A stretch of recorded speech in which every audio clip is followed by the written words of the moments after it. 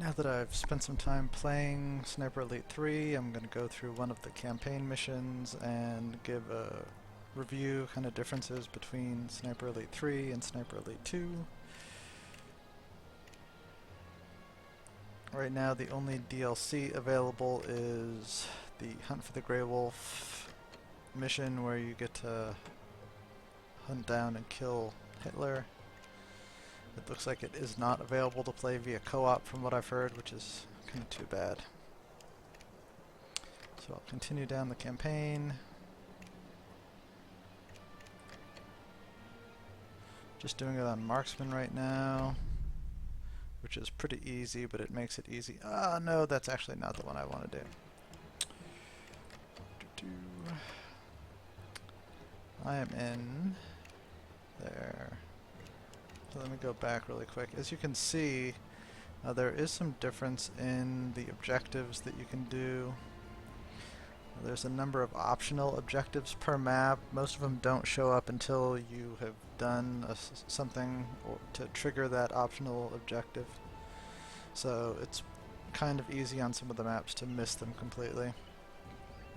There are cards that you can pick up, which can be scattered in various places and be kind of annoying to find. There are sniper's nests, and I'll show how you find those. It's pretty easy. War diaries are similar to the collectible cards, where you kind of have to hunt around. And long shots is usually done from one of the sniper nests. I guess I haven't done it on the second map yet. I'll have to go back and find where the long shot is there.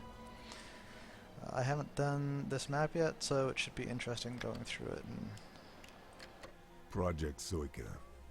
That's what the intel and Oasis. there's a bit more of a story to it Vaughn's than there mysterious was in mission Sniper Elite Africa. 2. I was supposed to find answers, but left with more questions. My orders are to find out what the informant knows, to fill in the blanks. Problem is, he's being held at a POW camp to the north, and the only way through is Hellfire Pass.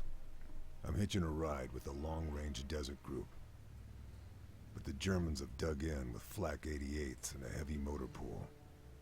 We can't afford a massive firefight. I'll have to take out the guns and help the LRDG push through. The pass is heavily fortified. So even though he's with a narrow big group of spaces, guys, he's close decided quarter that he has to surprises. go in I'll need to alone watch and my kill six everybody to make it Pack a through. couple of mines to cover a quick Kind of the exit. same thing for SE2. Suppose they don't call it Hellfire Pass for nothing. Alright. So, we'll go to do the loadout. This is very different than it was in Sniper Elite 2. As you can see, it's a far more visual setup. I'll go through all the different weapons. There's the standard starter rifle. I've unlocked some of the other ones. These two are from DLC, and so I've been using this camo sniper rifle, which looks awesome. And in addition, you can actually customize your sniper rifle, which is a nice change also that was not available in Sniper Elite 2. I go with the blued scope. You can change the barrel type on them, and it has effects on the way that your rifle works. I go with the padded stock, and there are different trigger actions, and so you can do that customization on any of the rifles. These are the machine guns. Generally, if you get to the point where you're using that, something's gone terribly wrong as a sniper. Unlike SE2, which really just had the well rod as the silenced pistol, there's an alternative semi-auto HDM, which I generally use. Damage really doesn't matter a ton with the silenced pistol, I don't think. Usually you're going for headshots with it anyway. And then these are all kind of optional things, and you can put the same thing in all of them. Like, I could make these all med kits, I think, if I wanted to, but you can make them any of these. In SE2, in addition to blowing up tanks, usually you can actually like shoot through the engine to blow up the vehicles. So usually it'll take 2 or 3 rounds with normal bullets, but these you can get armor-piercing rounds. So that's kind of nifty. I usually bring one grenade kind of just in case. It's pretty rare that I use it. Then you can bring, I bring a tripmine, landmine, a couple med kits. In addition to the med kit, you can bring bandages. So a med kit will restore all of your health. Bandages will restore 2 segments of your health, but usually, I mean, I say that, but we'll see, but usually I don't get hurt that much. You can also change the reticle, and most of these will be unlocked later by doing various things, so I kind of stick with the one that I started with. So anyway, you can have up to 4 preset loadouts. I don't have anything set for the other 2 right now. And let's get going. Let's see, difficulties. You know, Marksman, I think, ends up being kind of similar to what it was in the first game. I think Sniper Elite was the highest level in Sniper Elite 2, whereas now they have this authentic mode. So there are a lot of things in Sniper Elite 3 that make it easier, and I'll go over some of those.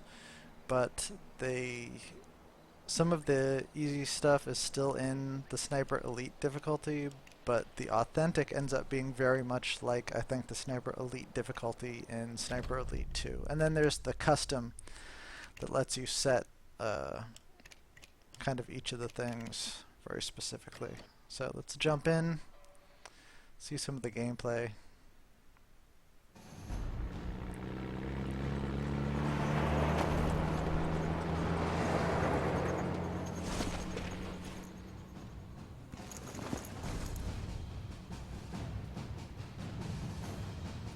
See, the graphics look pretty nice. A big difference between SE2 and SE3 is in SE3 you're in Africa. Obviously the environment's far wider open. You're not in the city.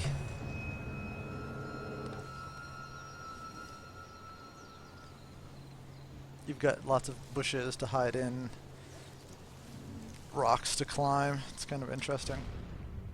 If you open up the map, you know, I mentioned the sniper nest thing. You can see here on the map very easily. It shows you where all the snipers' nests are, so you can find where they are pretty easily. I usually make a beeline to them because once you get to the sniper's nest, you can usually use that sniper's nest to clear out an area pretty thoroughly. So I'll probably make my way over there. You can see there are no optional quests here on the map yet until I open them up based on finding stuff. I guess I don't have any choice but to just go right over this bridge and hope that nobody's looking. Switch to the pistol since I really don't want to use my loud rifle quite yet.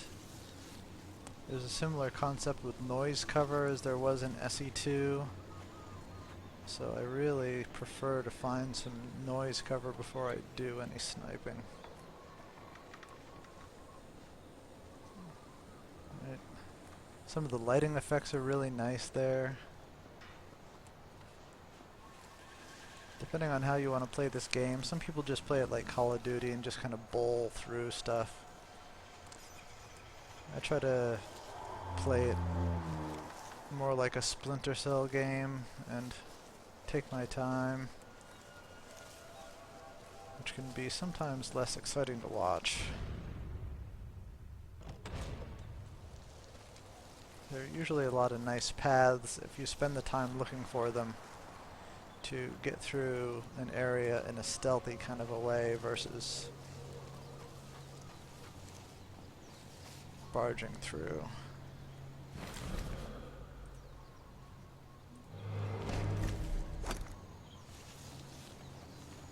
There's still the marking mechanic. As you can see, I just marked that guy. Doesn't look like there's anybody else around, so I would have 2 options. I could either shoot him in the back of the head with the silenced pistol, or I'll show, similar to SE2, you can come up and do a melee stealth kill. still loot their body. I picked up another med kit. Looting guys is always nice.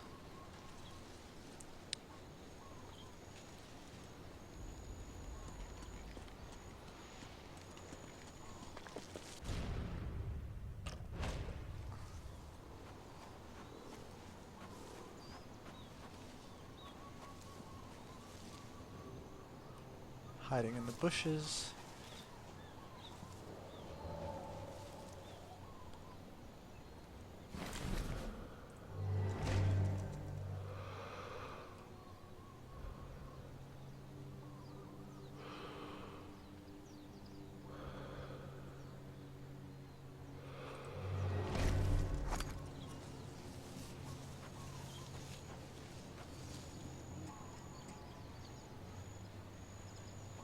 That guy is not terribly observant.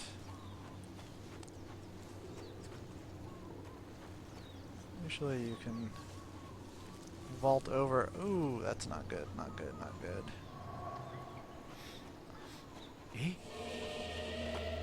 Huh. Alright, well he's not super observant. Oh, no, but he's gonna come around and take a better look.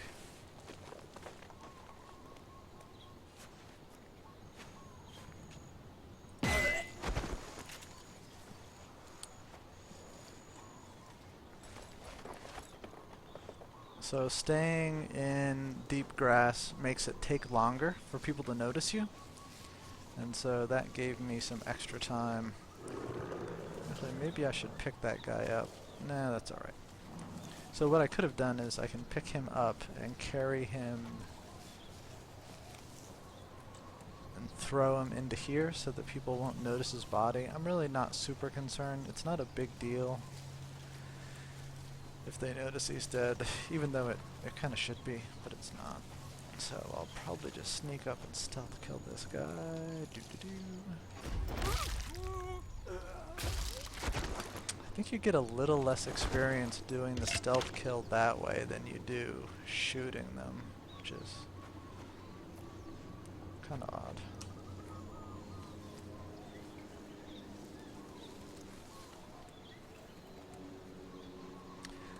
In addition to being able to climb up certain things, just like you could in SE2, you can actually jump across certain ravines, which I don't think you could do in SE2, so that's nice.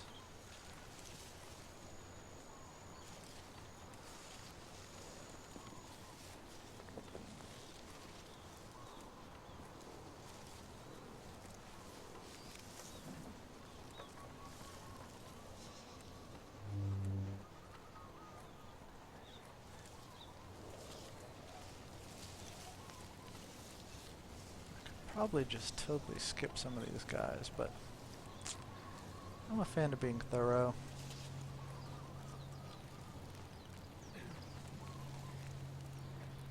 Oh, he has a buddy. Alright. Noted.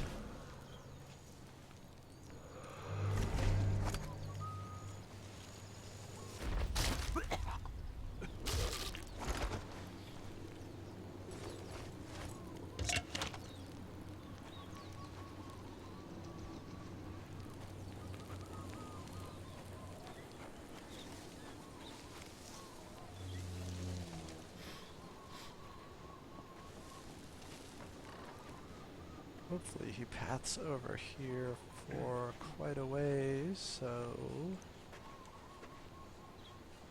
give me time to... There.